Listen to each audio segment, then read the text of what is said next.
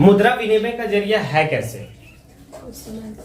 अब एक बात समझना, अगर हम थोड़ा सा प्राचीन काल में चले जाते हैं, हम प्राचीन काल में चले जाते हैं, उससे पहले भी चले जाते हैं, जिस समय एक बात समझो कि मुद्रा नहीं था। जब मुद्रा नहीं था तब लोग जो है कि विनिमय का जरिया क्या था? वस्तु विनिमय। तो यहां पर विनिमय का जरिया था वस्तु विनिमय। बता रही समझ में क्या कह रहे हैं? वस्तु विनिमय। जब मुद्रा नहीं था तो अब वस्तु विनिमय था क्या? तो वस्तु विनिमय एक ऐसा प्रणाली था जिस समय मुद्रा नहीं था कि भाई सामान के बदले सामान, सेवा के बदले सेवा, चाहे सेवा के बदले सामान, सामान के बदले सामान। फॉर एग्जाम्पल समझो कि एक जूता सिलने वाला व्यक्ति है, एक एग्जाम्पल दे रहे हैं आपको, एक जूता सिलने वाला व्यक्ति है और उसको गेहूं क्या है कि गेहूं खरीदना है, गेहूं लेना है। तो अगर मुद्रा नहीं होता तो, अगर करेंसी नहीं होता तो उसको क्या करना होता कि उसको खोजना होता उस कृषक को, उस किसान को जो गेहूं उगाएगा, और उसको वैसे किसान को खोजना होगा जो गेहूं उगाएगा। सिर्फ ये किसान नहीं, गेहूं उगाने के साथ साथ उसे जूता की जरूरत है। बात समझना, हम क्या कह रहे हैं? उसे जूता की जरूरत भी है, तभी तो क्या है वस्तु का आदान और प्रदान होगा। हम उसको जूता दिया, जूता सिलने वाला व्यक्ति जो है कि गेहूं वाले व्यक्ति को जूता दिया और गेहूं वाला व्यक्ति जूते वाले व्यक्ति को गेहूं दिया। दोनों को जरूरी होनी चाहिए। विनिमय में, वस्तु विनिमय प्रणाली में बहुत ज्यादा कठिनाइयां था। तो ऐसे कंडीशन में करेंसी का एक क्या है प्रचलन स्टार्ट हुआ। अब क्या है कि अगर जूता सिलने वाला व्यक्ति अब मुद्रा का प्रचलन आ गया, मुद्रा का प्रचलन आ गया, तो अब क्या करेगा? वो किसी को भी बेच के, ऐसा नहीं है कि हमको अब खोजना पड़ेगा कि वो खेत में जो है गेहूं, मतलब गेहूं उगाने वाला व्यक्ति को, किसी भी व्यक्ति को अपना जूता बेच के वो क्या करेगा? जाके मुद्रा से जो है गेहूं आसानी से खरीद लेगा ना। ये एक बेनिफिट हुआ।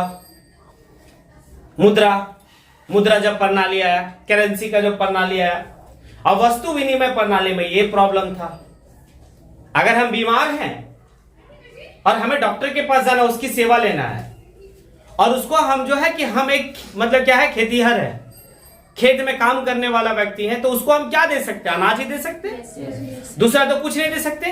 लेकिन उसको उस समय अनाज उसके घर में भरा है, तो एक बात बताओ, वो हमारा इलाज करेगा? नहीं करेगा, क्योंकि उसकी सेवा खरीदने के लिए हमें कोई ना कोई सामान देना होगा।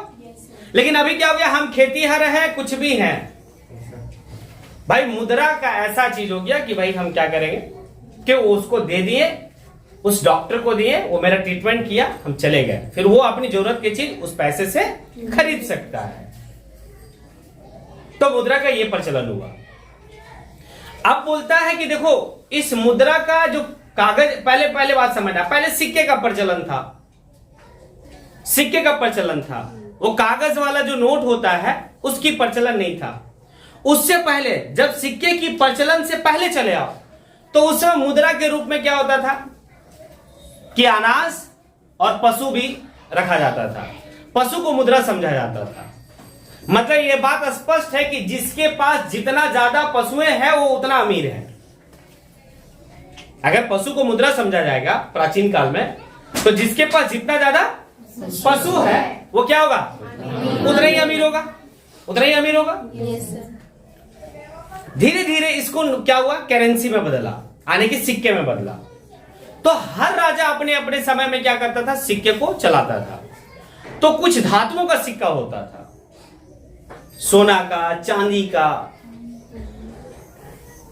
वो धातु के हिसाब से सिक्का बनता था। राजा अपने अपने समय में अपना अपना सिक्का को चलाता था। अब धीरे धीरे हुआ क्या? नोट आया, कागज का नोट आया। तो एक बात बताओ, इस नोट से क्या हुआ? बड़े बड़े नोट छपे, सिक्के का जो प्रचलन है वो धीरे धीरे कम हुआ, नोट की प्रचलन ज्यादा हुआ। इससे एक दो बेनिफिट और है। पहली बात तो एक बात समझो कि इस नोट की छपाई दूसरा कोई नहीं कर सकता है,